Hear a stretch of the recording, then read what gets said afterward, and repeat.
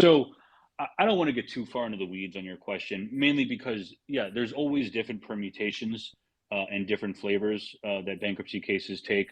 But specifically, I think what you're suggesting is that there may have been a way to sort of save the Voyager platform such that we didn't need to liquidate. Which agreed, this basically is a liquidation. I mean, FTX is essentially acquiring customers, and they happen to also be monetizing the crypto. There's no question there that that's effectively what's happening.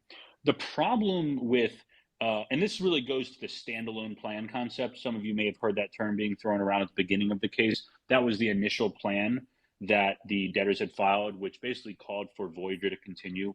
What you have to understand, and this is public information, you can look it up on every state's website, Voyager did not have the appropriate regulatory licenses that they needed to operate their platform in a number of states. And that is why a number of states, including New York, are investigating the company and probably some of the individuals. I don't know what they're doing exactly. It's the states that will do what they want. But it basically made it so that it would be virtually impossible to reorganize this company because you had a company that was operating illegally. They didn't have the licenses that they need to operate. And once you already have gone down that path, you can't just fix that and get the licenses. The states are going to come after you. And so from our perspective, from the committee's perspective, there really was no way to sort of save the Voyager platform as you know it today because of this regulatory overhang.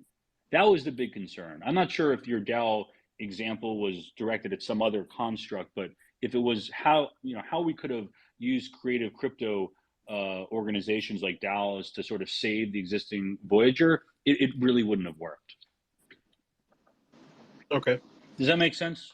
No, it makes sense. It makes perfect sense. You'd basically have like another Voyager with states coming after them, you know? Right. Yeah. Well, I mean, what you just highlighted was news to me. You know, that they were operating illegally, essentially, and restructuring them would just continue on this illegal organization.